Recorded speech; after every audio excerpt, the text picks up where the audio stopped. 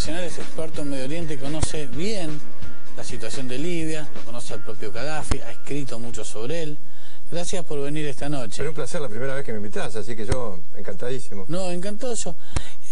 Yo prometí que en 10, 15 minutos iba a entender Libia, así que lo primero que necesito saber es cuántas veces pisaste Libia. ¿Cuántas veces? Exactamente 21. 21 veces en el marco de 53 visitas al resto de los países árabes, incluyendo Israel, los territorios palestinos, reuniones con los líderes de Hamas y de Al-Fatah no hace tanto tiempo. Pero estuviste 21 veces en Libia. En Libia, exactamente. En Trípoli, en Trípoli, no. En Trípoli, Benghazi, Sirte, Sebha. Antes de meterme en la política, cuando pisas Libia, cuando caminas por Trípoli, sí. ¿A qué se parece? ¿A qué te hace acordar? ¿Cómo es ese lugar? Ese lugar no es parecido al resto. Tiene una arquitectura, una mezcla de arquitectura árabe con un fuerte turco de la época del Imperio Otomano.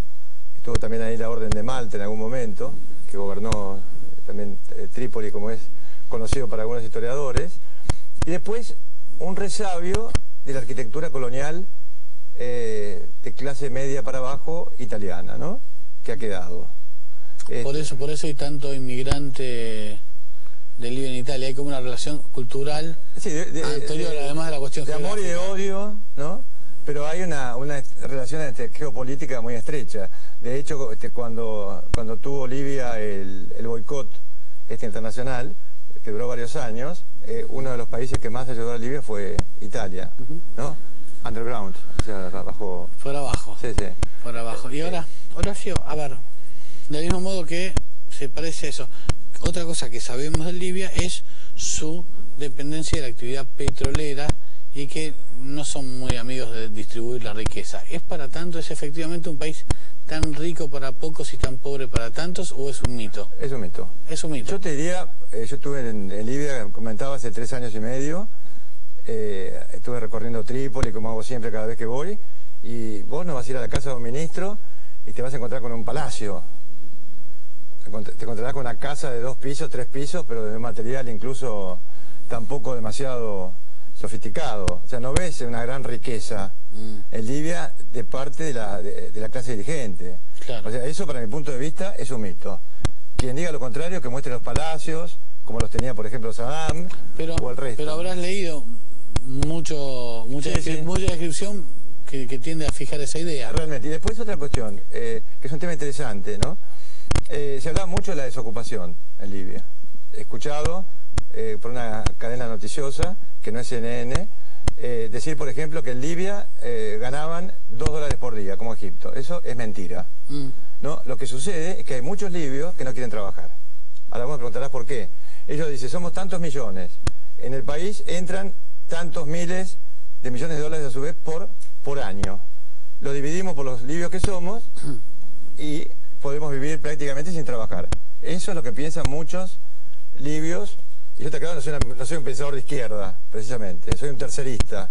Si es que queda alguno todavía por el momento, ¿no? Entonces, cuando yo escucho eso, porque yo lo he escuchado de boca de libios que no quieren trabajar. Dice, ¿por qué vamos a trabajar si podemos vivir bien como reyes sin hacerlo? Entonces piensan, como los príncipes sauditas, algunos, que la caída del sol, solamente por ser príncipes, tienen a lo mejor una cantidad enorme de dinero de royalties, por ser simplemente ciudadanos de ese país. Entonces, cuidado con ese tema, ¿no? Ahora, por otra parte, por supuesto, a veces hay un mismanagement, o sea, defectos de manejo, ¿no? de la economía, pero ha tenido gente brillante al frente del Ministerio de Economía, por ejemplo, Abu Said Durda, yo te puedo dar un montón de nombres, ¿no? O sea que realmente muchas de las cosas la concentración de la riqueza no es tan exagerada como suponemos. No. Aparte se han hecho proyectos como Río Artificial, por ejemplo, que es una maravilla, del cual poco se habla, poco se conoce, que ha costado miles y miles de millones de dólares. Después ha pasado también que Gaddafi ha dado, por ejemplo, housings, granjas, para que lo trabajen y, bueno, de repente no lo trabajan. Entonces, tampoco hay que echarle demasiado la culpa al régimen. Lo que pasa es que él también... Hay que ver una cuestión que es importante, Gerardo, ¿no? Te dejo ya... No quiero abusar estoy escuchando, tranquilo. Por otra parte, Gaddafi es sufi, ¿Qué es sufi? Es un grupo, una secta espiritual del Islam, que ha impregnado la mayoría del Islam y que lo hace de alguna forma enemigo acérrimo del extremismo representado en Al-Qaeda por un lado, en Hamas por el otro, la yihad islámica egipcia, el yihadismo de Irán, etcétera, ¿no? Es sufi. Entonces él del Vamos sacó a la mujer de donde estaba recluida en la casa, la llevó primero a la escuela y después a la universidad. O sea, ha transformado las estructuras sociales de Libia contra una jurisprudencia que es la Maliki o Escuela de Medina, que tiene reglas tan estrictas como la Escuela Hanbali de Arabia Saudita. Yo sé que esto es a veces chino básico, pero tengo que explicarlo de esa manera. Él ha hecho una gran transformación que no se comprende por otro tipo de razones y también de muchos errores por parte del gobierno. Claro, muy autoritario, es un gobierno muy autoritario. Es un gobierno, también. A ver, es una mezcla de liderazgo muy fuerte con una especie de anarquía en la base. Gaddafi alguna vez les dijo a los libios, cada uno de ustedes es un Gaddafi. El problema es que los libios se lo creyeron. Entonces, si llega a caer este régimen, no solamente va a caer un régimen secular y va a ser implantado a lo mejor un conjunto de fiefdoms o comarcas como al estilo Somalia o Somalía, como quieras pronunciarla, sino que además Libia se va a transformar en una plataforma de lanzamiento de todos estos grupos hacia Italia, como puede pasar desde Argelia hacia Francia, desde Marruecos a España, etcétera. O sea que realmente esto que estamos viendo es el crujido, una serie de crujidos de un final de ciclo caracterizado, por la muerte del antiguo secularismo y el nacimiento, que viene de lejos, de un panislamismo extremista. Horacio, ¿quiénes son los que protestan y quiénes son los que reprimen? ¿En Libia exactamente en este momento? Sí. En Libia protestan... ¿Por qué hay 300 muertos, como dicen las organizaciones de derechos humanos? Bueno, 300 muertos obviamente, cuidado, no estás viendo en Libia, y no es porque no haya imágenes, porque las hay, aunque sea de contrabando, no vas a ver miles de personas en Libia como las había a lo mejor en Egipto, que también se exageró. Pues yo conozco la plaza Al-Tahrir de Egipto y no entran más de 200.000 personas. O sea, acá hay una maquinaria mediática centrada en una agencia que no voy a nombrar por razones de orden ético, ¿no? Muy conectada con el pensamiento de los hermanos musulmanes, que está tratando de socavar a todos los gobiernos árabes más o menos moderados, ¿no?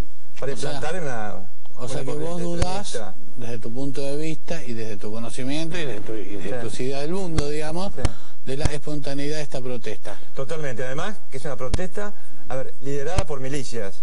Porque yo conozco a los libios, son gente buena, tranquila. Yo no imagino a los libios, por ejemplo... secuestrando 2 policías, como pasó linchándolos. No, vos no lees razones para tanto enojo social. Para nada. No. Podría verlos, pero se manifestaría de otra manera. Y en los rasgos autoritarios y en este caso tan represivos que está demostrando el gobierno, ¿haces alguna crítica? ¿Podés encontrar ahí la razón del enojo o no te alcanza a justificarlo? No, yo los enojos los puedo justificar. Hay derecho a reclamo. A lo mejor muchos de los reclamos son legítimos. Ahora, lo que yo veo es, por ejemplo, están hablando de que bombardean las manifestaciones de Trípoli con aviones de caza. Entonces la gente que habla de eso, que dice eso, no tiene ni idea de lo que es, por ejemplo, un MiG-29 arrojando misiles o bombas sobre la multitud. Habría, qué sé yo, miles de muertos, no solamente 100 o 200 o 300, que es lamentable. 10 vidas son lamentables. Sí, una, claro. ¿No es cierto? Una vida es lamentable, ¿no? Pero si comparamos con los muertos que hubo en Egipto, no son tantos. Entonces, yo no creo que se vaya a bombardear a la gente con aviones de caza, ¿no? Y vuela petróleo esto. A mí esto apesta a petróleo. Yo no soy partidario de las teorías conspirativas, pero esto puede ser aprovechado por algunas corporaciones occidentales de petróleo para ocupar ciertos campos de Libia. Y acá tenemos una serie de idiotas útiles libios que han pedido la intervención. Por ejemplo, el ex ministro inglés, Owen, que nunca sé si es Michael o David para no confundirlo con el futbolista, acaba de pedir la aplicación del artículo 7º de la Carta de las Naciones Unidas, que da derecho al uso de la fuerza, y dice que hay que hacer lo mismo que con Irak. Entonces, a la vista están las consecuencias de lo que sucedió en Irak. Ahora imagínate eso frente a Italia, por ejemplo. Por último, ¿tuviste trato con Gaddafi? Mucho. Mucho. Sí. Casi como un italiano pero me perdone si me escucha, ¿no? En algún momento, es un tipo muy simpático, como muy culto, extremadamente culto. Yo lo he visto discutir de teología con, por ejemplo, con un cardenal del Vaticano, igual. O sea, se lo presenta como una especie de monstruo, porque es excéntrico, o simplemente porque se viste con... Bueno, también mandó a reprimir una manifestación en que terminó con decenas y decenas de muertos, Sí, digo, también. Acá